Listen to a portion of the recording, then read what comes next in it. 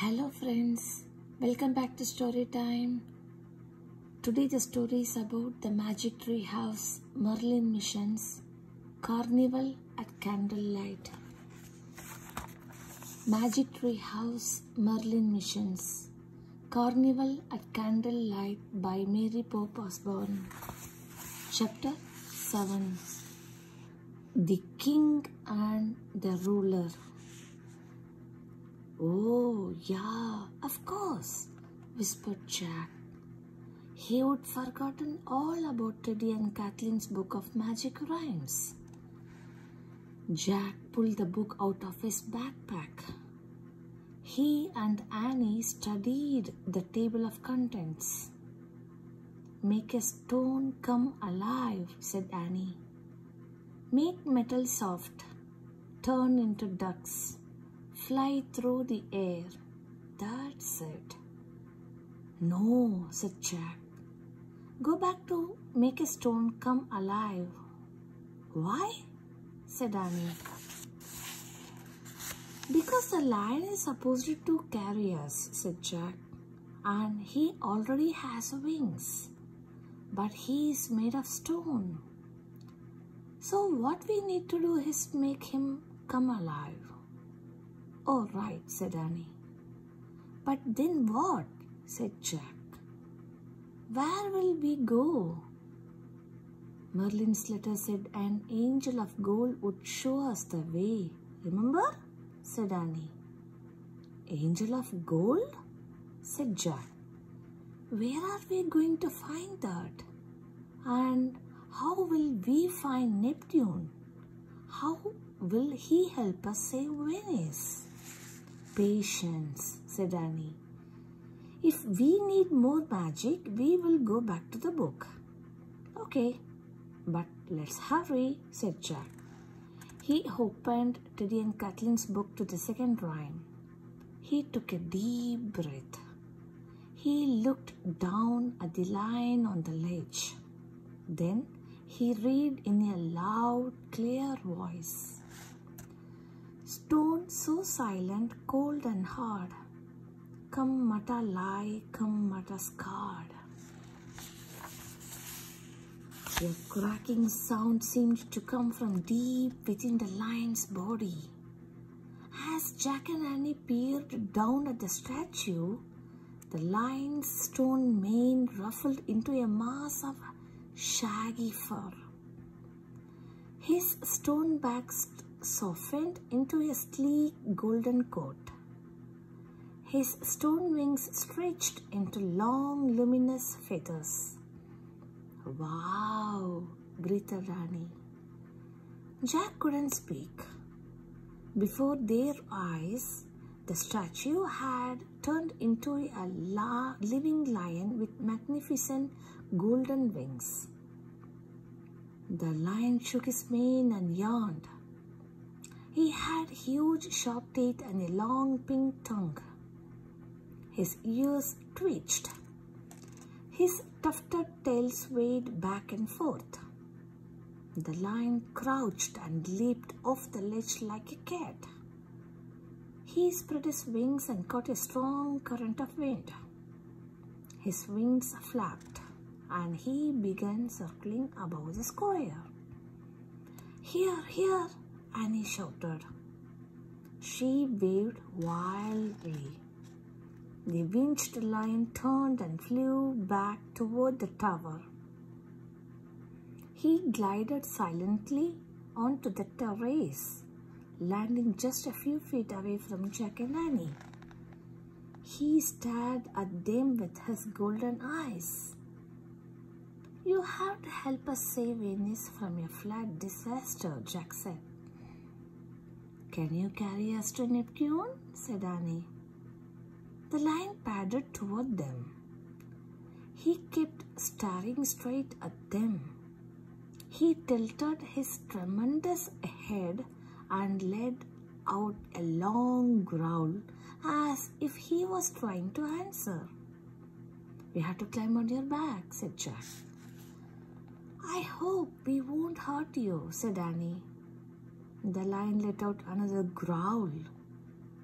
But he didn't sound angry. He sounded as he was telling them to hurry. He crouched down so they could climb on. "I will go first," Jack said to Annie. "I will hold on to his mane, and you hold on to me." Jack slipped off his backpack and dropped it in onto the terrace. "Take the book of rhymes," said Annie. "Got it," said Jack. He tucked the book under his arm and carefully climbed onto the lion's back. Annie climbed on behind Jack and wrapped her arms tightly around his waist. Jack twisted his fingers into the lion's mane. The mane felt surprisingly soft. "Okay, we are ready," said Jack. The lion stood up. He trembled slightly, then he leapt off the terrace. "Ah!" Jack yelled. The rhyme book slipped from under his arm and fell down into the flooded square below. "Oh no, our book?" cried Jack. "Hang on," cried Annie. The lion flapped his great wings and rose through the sky. Jack pressed his knees into the lion's warm back and clung to his mane. The lion flew toward the fireworks. A shower of red sparks was opening like an umbrella. Booms and whistles filled the night. Fiery bits rained down through the darkness, whistling into the canal. "Help! We are heading straight into the fireworks," cried Annie. The lion dipped and turned away from the fireworks. The red showers gave way to bursts of blue and green. "Which way do we go?" shouted Annie. As the lion flew back toward the square, Jack saw the gold feather vane on top of the watchtower. It was in the shape of an angel. "The angel of gold!" shouted Jack. The weather vane was no longer pointing north with the winds. The angel was turning slowly around and around, pointing in all directions. "Fly closer to the angel," shouted Annie. The lion turned and flew toward the watchtower. As they drew near the golden angel, Jack called out, "Which way do we go? Which way?" The weather vane turned in a full circle and then came to a complete stop. The angel was pointing toward the southeast, over the choppy water. "To the sea," Annie called over the wind. The lion turned and soared into the wind, his strong wings shining like gold. "Oh, wow!" cried Annie. The flying lion glided past the fireworks and over the wide canal. Leaving Venice behind, he flew high over the stormy seas. Jack gripped the lion's mane with all his might. The lion sailed in and out of thick, fast-moving clouds. He flew above crashing waves and past bolts of lightning. He flew through screaming winds and pelting rain. In the middle of the sea, far from land, the lion began circling above the water. "What's he doing?" cried Jack. "Looking for Neptune?" shouted Annie. "But Neptune is not real," said Jack. "I know," shouted Annie. "We will have to use our imaginations, like Lorenzo." Try to imagine Neptune. Jack tried to imagine Neptune, but he was too scared to think clearly. Neptune, shouted Annie, rise from the water. Save Venus, Neptune, help us. Annie's voice was lost in the wind. Jack grabbed his arms around the lion's neck. He buried his face in the lion's mane. He tried desperately to imagine Neptune. The lion let out a roar.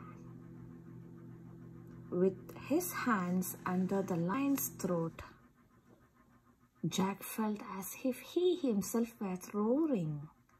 The lion roared again. The roaring made Jack feel stronger and calmer. The details of Tiepolo's painting came into his mind. In his imagination, Jack saw Neptune, ruler of the seas, with his white beard and long hair, his strong arms and shoulders. He saw a lovely lady who was Venus, the grand lady of the lagoon.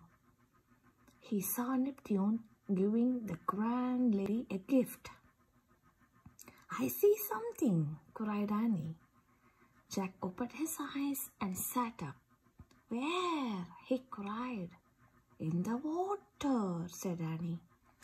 Clinging to the lion's mane, Jack peered down into the darkness below. Lightning flashed over the sea. Jack saw a huge three-pronged spear rising out of the foaming, churning waves. The sea below the spear began to heave and blow. Lightning flashed again, and Jack saw a great mass of swirling seaweed rising from the waves.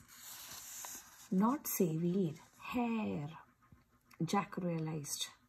A man's giant head and neck appeared above the surface of the water. Then the man's massive shoulders, chest and arms rose above the storm-tossed sea. The giant loomed high above them, as tall as a mountain. Neptune, cried Annie. The lion let out a roar and then another and another. Led by flashes of lightning, Neptune's face looked as if it had been weathered by thousands of years of wind and sand and waves. He had deep-set eyes, craggy cheeks, a white beard, and tangled hair hanging to his shoulders. Neptune, save Venus from the flood, cried Jack. Please, called Annie. Save the grand lady of the lagoon. Neptune looked at them for a moment. Then, with his powerful arms, he lifted his spear and thrust it down into the waves. When the spear pierced the surface of the water, the sea made a gurgling sound and then a long slurp, as if water were flowing down a drain. The thunder and lightning stopped. The storm-tossed waves grew calm. The wind died to a gentle breeze. The clouds parted and the stars shined brightly. Neptune raised his spear. He nodded to Jack and Annie on the lion. Thanks, cried Annie. Thanks, shouted Jack. The lion roared again. Then Neptune began to sink back into the sea. His long arms, huge shoulders, thick neck, craggy face, floating air, all disappeared. The prongs of his spear sank below the surface of the water. The ruler of the seas was gone. Only a shimmering whirlpool swirled in the moonlight. Thanks for watching the video. Continue my remaining chapters in my next video. Thanks again. Bye.